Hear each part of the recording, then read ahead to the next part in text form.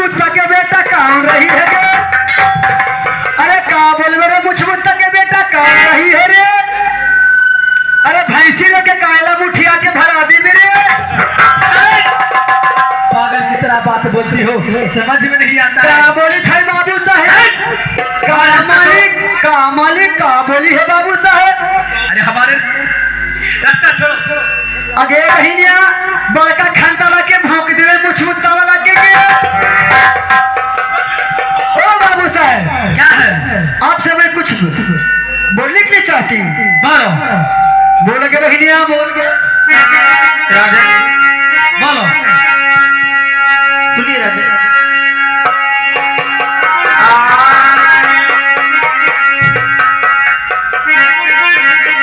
कौन नगरिया में राजा क्या आदियो है बहादुर।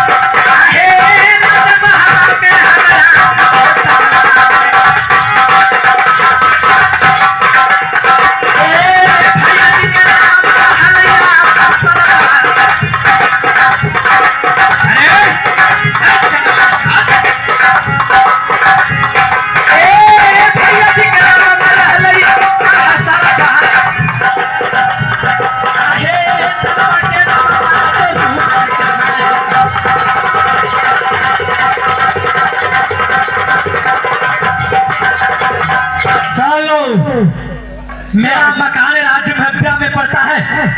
भैया जी को नाम आधा सरदार, मेरा नाम रुदल कहते हैं। लेकिन ये बताओ कि तुम कौन देश के रहने वाली हो, कौन भाषा बोलती हो, समझ में नहीं आता है। ये तो बताइए राजन, क्या पुत्र के नाम क्या है? मेरा नाम रुदल है।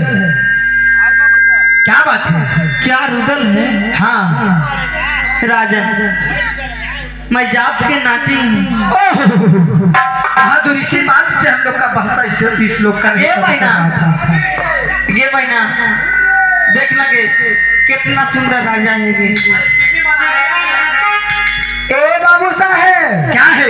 हमने के घर पड़ी छा नटवर गढ़ने। अच्छा। हमने के पिताजी के नाम रहे से नटवर खलीफा। अच्छा।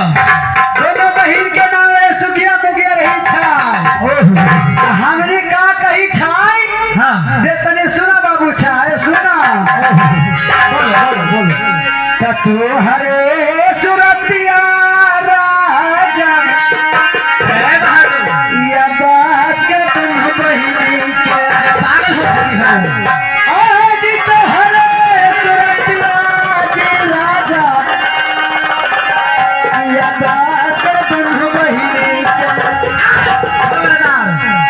आज करिया परवा क्या ये सभा में हम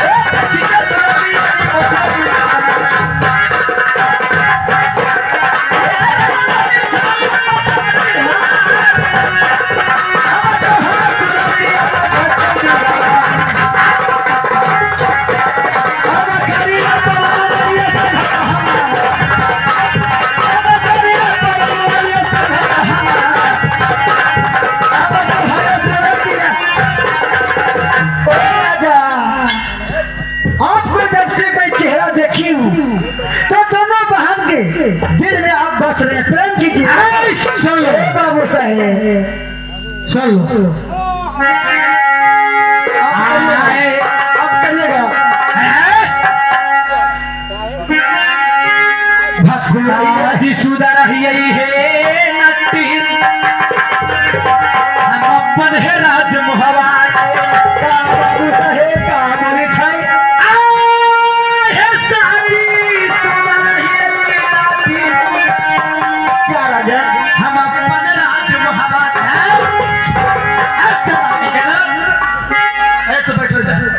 हमको बैठो जा।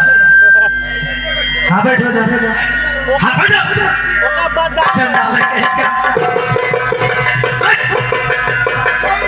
बैठो आहे करबैना परे बाबा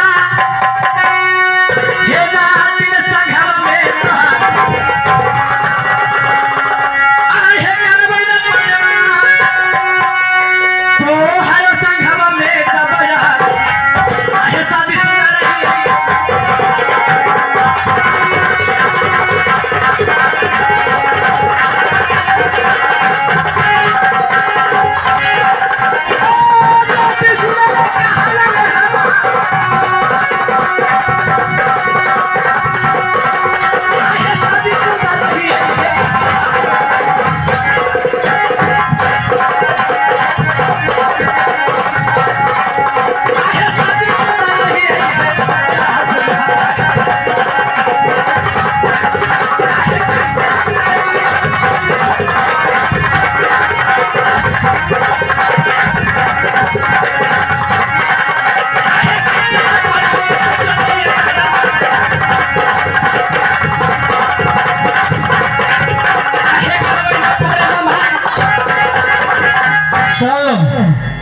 मैं अपना राजविद्या से शादीशुदा लेता हूँ, नहीं प्रेम कर सकता हूँ। प्रेम नहीं करिएगा कभी नहीं। तो प्रेम नहीं करिएगा तो दोनों बहन की एक बात सुन लीजिए।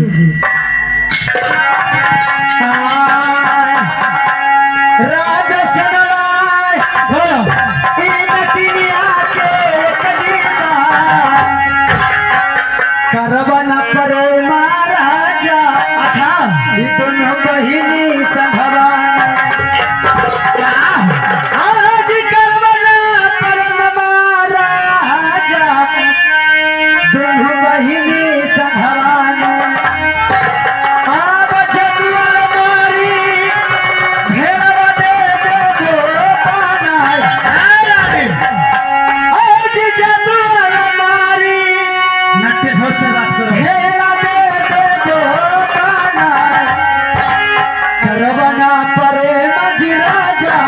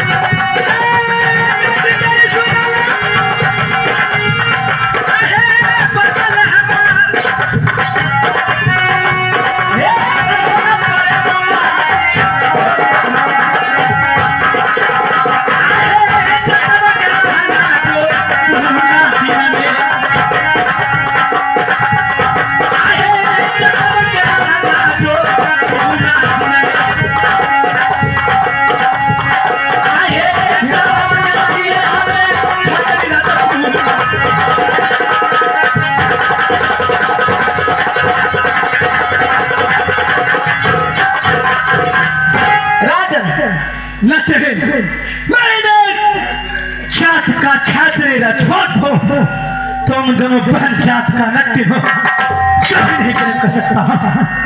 क्या प्रेम नहीं करिएगा? कभी नहीं। आगे बहिना लगा था कि छिठांग से घी नाम निकली गई। आगे बहिना हीराने का तैयारी हो गया। ओ बाबू साहब बोलो आप तैयारी हुई है, मैं जादू चलाऊंगी। ठीक है चलो देखूंगा। चलिए राजा।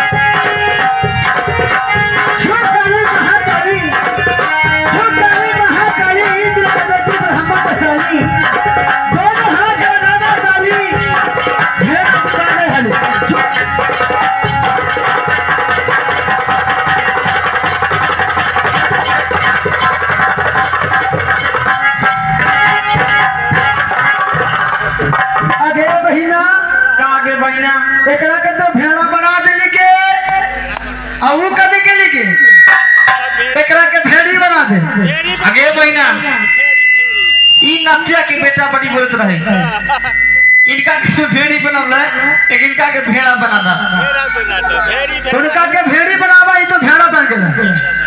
अरे मुछ मुत्ता वाला तू बड़ा फुट फुट बोलत रहला आगे मैया